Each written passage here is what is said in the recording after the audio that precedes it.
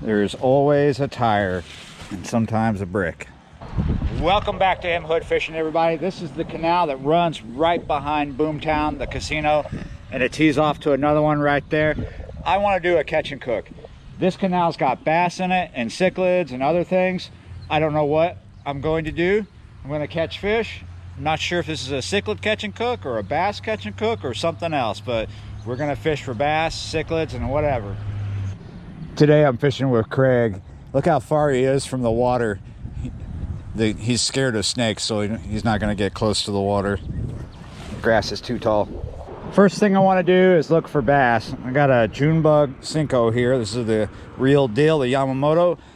I have a wind that's around 13 right now, but it's going to drop. But some of this water is kind of out of it, so I think I can get away with fishing weightless. That's a 3/0 Gamakatsu worm hook there.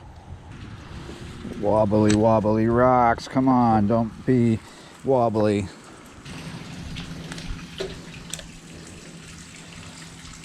Water there is not deep, but there could be stuff hanging out because of the rocks.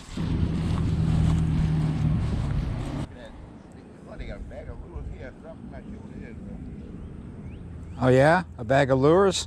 Where's that? Chicken livers. Oh my God.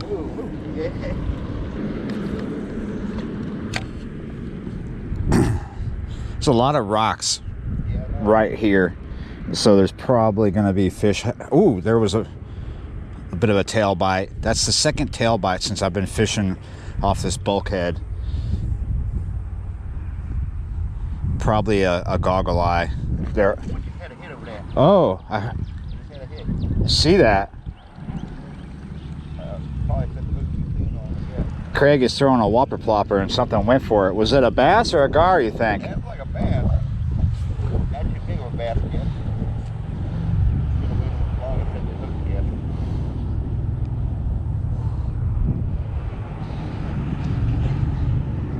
Yeah, you gotta like count to 3. Yeah.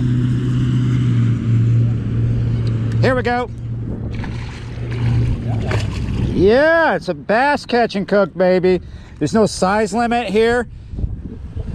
I can have 10. We got a nice little green trout. I like eating these. Good. That's nice in there. Yeah. Nice. Not a big bass, but I like eating these at this size. I would rather eat this than a cichlid. Cichlids are okay, but the difference is this is an oily fish and cichlids are not very oily, so I enjoy cooking these more than cichlids. Cichlids are easy to overcook and the fillet will come out dry, which I don't like. All right, I want to get another bass or two, and then I'm going to switch to other species. We're going to make this a mixed species catch and cook if we can. I mean, I would like to. Maybe like a bass versus cichlid to see which one comes out better, even though I know which one I'm personally going to like better already. But I could try cooking the cichlids in a different manner and see if they come out good. Whatever, we'll see what happens. Time to do this. See if we catch something different here. I've spent enough time as it is looking for bass here, but got one in there, so success. Here we go. Oh, that's not big enough for me, but there we go. Another species out of here. Bait. That's a little bluegill, but I'm not keeping bait right now. Another little thing. Look at that. It's a long ear this time. Something just kicked the water up right here. I think it was a bass knocking off little bait. Right. Whoa, there's a bait. Not really big enough. I could eat that, but it's like one swallow. Another bluegill. Yeah. There we go. Ooh. That's a little better. That's a little better. We're not going to eat that though, because it's really not that much better. I got one too. Oh. You want them? That's too small to eat. Okay. Did you switch to worm? Yeah, put a little piece of worm on that. Yeah, you're right. Just try it out. Some of that red wiggler I have? Yeah. Yeah, that's no problem. Look at that, guys. That was cichlid. What is that? That's a cichlid, but I want it bigger. I want to eat these. It looks kind of different than the one I just caught. Yeah, it's not as dark as the one you just caught. For such a little guy, he really took a run for me. Took a good run. Got me wet too, didn't you? We did a little bebop. We're not really far away. Yeah, that's what's bothering you. Yeah, A little bluegill. After several bebops, really the fishing never improved, and it's dark now, so it's time to go cook my fish. And I have a really cool idea that I want to share with you, something I've been wanting to do in a while, and I'm kind of hungry for anyway, so let's go. All right, here we are finally in the kitchen cooking. It is after 10 o'clock. A couple hours have gone by since I said I was coming here to cook. I've had to do plumbing to make this catch and cook work. So I just pulled some ginger out of the bag.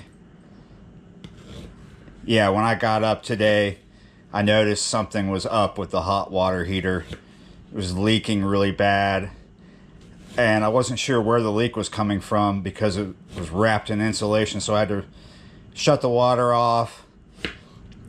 Went to the store and got inline shut-off valves, because there weren't any, so I installed those so I could bypass the hot water heater and have running water, so I could figure out what the problem with the hot water heater was and still have running water. We just have cold water now.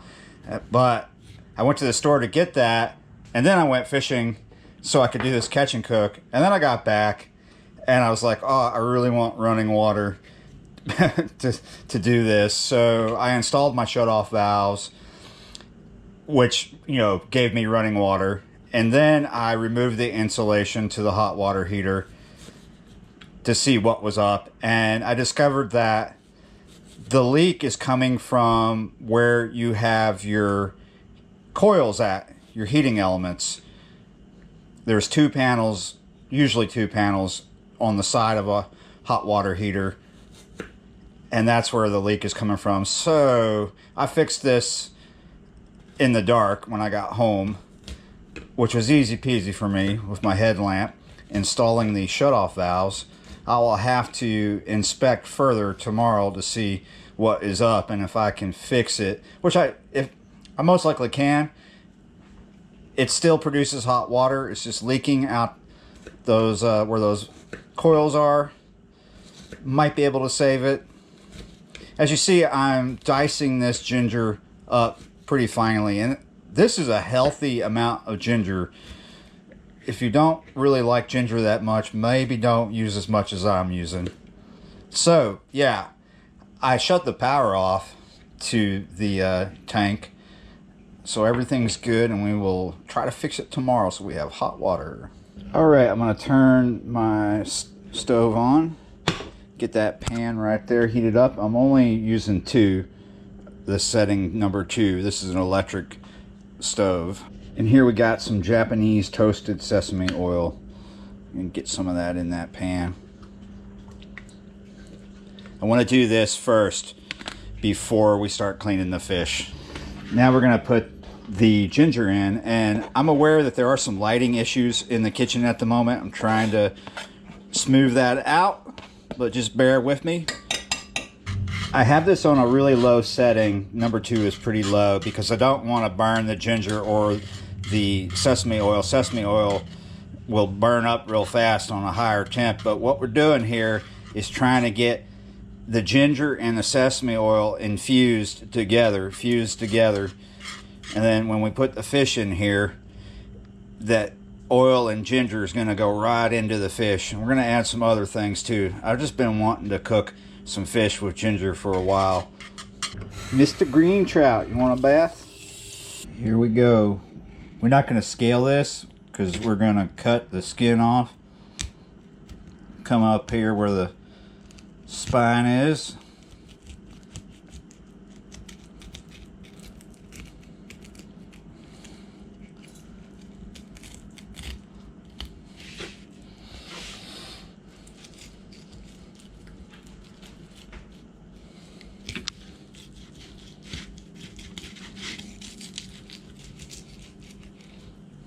Now I'm going to cut right in front of the gill flap at about an angle to it.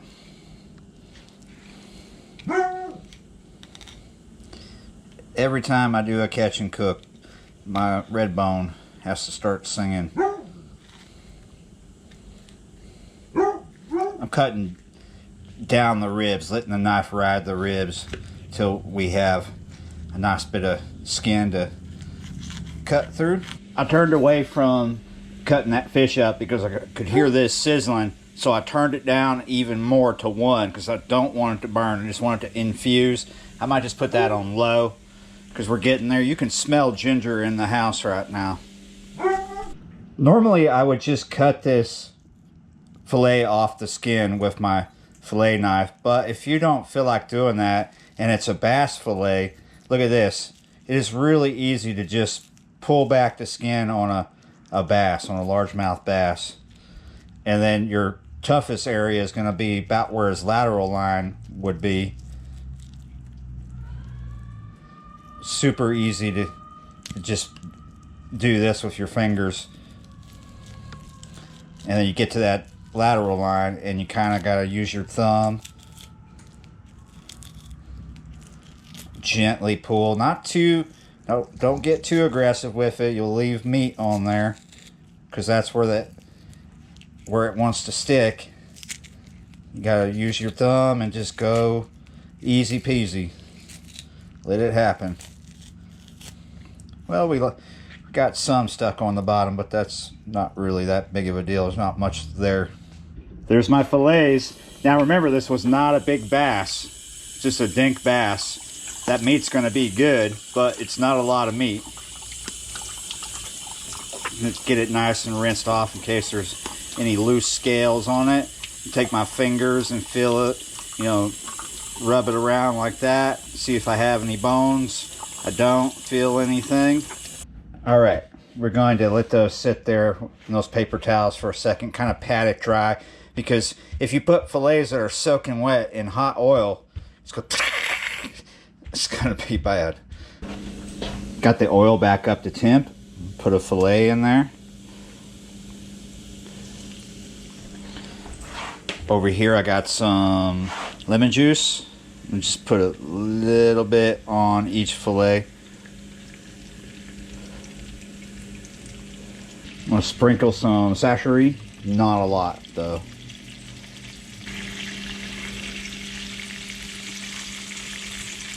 This is not going to take forever to cook. It's smelling good. All right, got some rice all ready to go here. I love this stuff. It's called 3-color deli coleslaw. It's green cabbage, red cabbage, and carrots. I haven't been actually making coleslaw with it. I just put it on top of some rice and then put food on it, or I cook with it. You know, I'll actually cook this stuff in the pan. Looking good, smelling good. Oh, gotta be careful getting this out. It wants to fall apart. There we go. Perfect. Oh, here we go. Look at that. Drizzling the oil, but trying not to get a ton of ginger in there. Only some ginger is good. I don't want all that ginger. Just trying to get the oil to taste like ginger.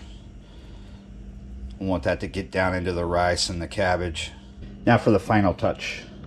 Soy sauce. Fair amount too.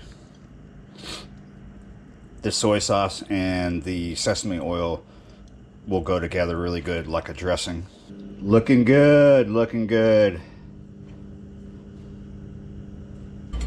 It's been a long time since I had fish with ginger.